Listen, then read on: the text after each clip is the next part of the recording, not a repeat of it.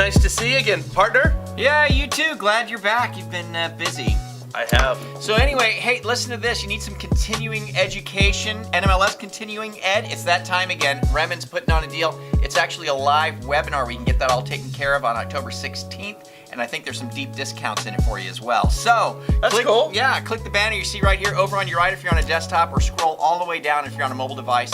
You can go ahead and register for that webinar and get those continuing education credits out of the way. Okay, so Nick Smallwood in NWA, that stands for Northwest Arkansas, of course, Right. just sent us this Monopoly board. Bentonville. It's called Bentonvilleopoly. Okay. And I thought this was interesting, Frank. So Yeah. Boardwalk and Park Place, the most expensive ones are the Walmart corporate office and Sam's Club corporate office. Nice. Now, before you make fun of this, Sam's Club and Walmart is from Bentonville, Arkansas, and I went to the first Walton's, which is actually kind of cool. And for those of you who've never been to Northwest Arkansas, it's really, really cool. Really? Yes, You would it never is think so. super, super nice. Hidden gem. Stacks and racks, Monopoly money. All right, on to the show.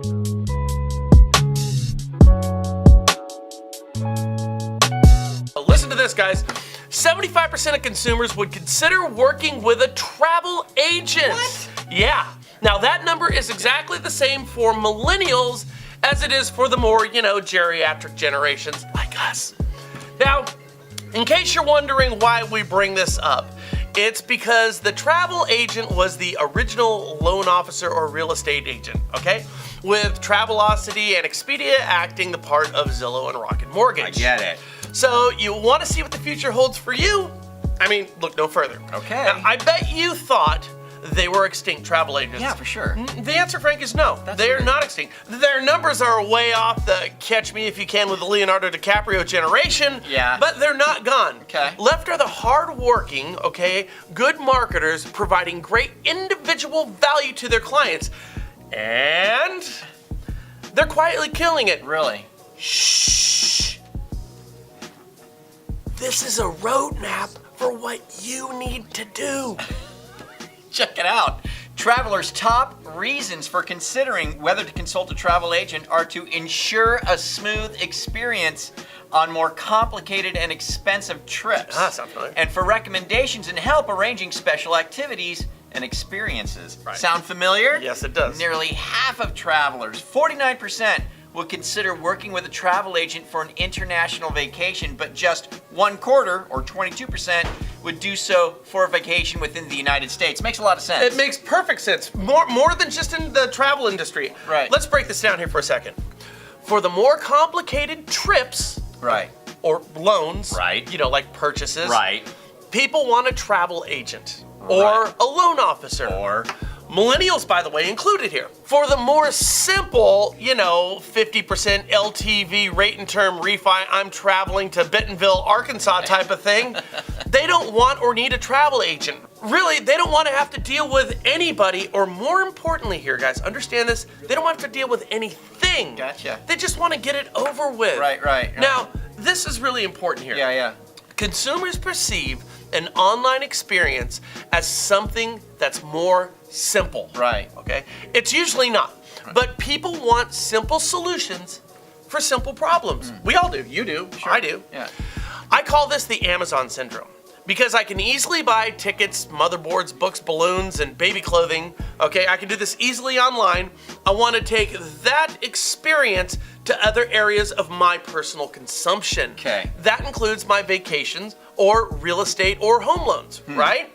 Yet, when it's complicated, people want that human reassurance that it's going to go okay. Right, again, I keep saying it, but it makes total sense. Yes. So, 1, good news. Millennials see value in service. Yes. 2, people are unplugging and using services that have a short history of automation, which is at our doorsteps. And 3, these trends involve complicated or perceived to be complicated and expensive transactions like ours in our industry. And 4, those who have survived truly put an emphasis on value. And value, guys, is code for communication, let's face it. Brings up another thought here. The more difficult Congress and our agencies make it for home loans, it's for your benefit. the more likely you're going to have a job. It's harder to automate, and the more demand for you. So Congress, please keep screwing things up for our benefit. We want to keep our jobs. Keep us in the hunt. Yeah, okay. Now, you know the federal government via the Treasury has been robbing Fannie and Freddie blind with their net sweeps of profits based on the renegotiated bailout. Yeah. Much like they've done with Social Security. Totally. Old story, not the government robbing taxpayers blind, but that they've robbed Fannie and Freddie blind. Okay. All right, so U.S. District Judge Royce Lamberth in Washington on Friday threw out most of the investors' claim, but said the so-called net worth sweep by the government, might be in breach of good faith. Maybe a breach. Maybe.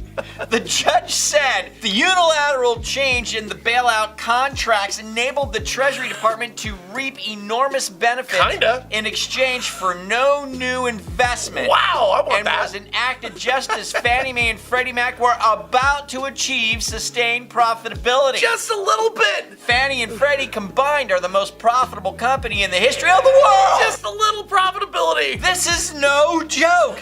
And the Treasury got all of it. We get all of the money. And now, Frank, a United States District Judge has said this is in fact so. So here's my question I have for all of you guys.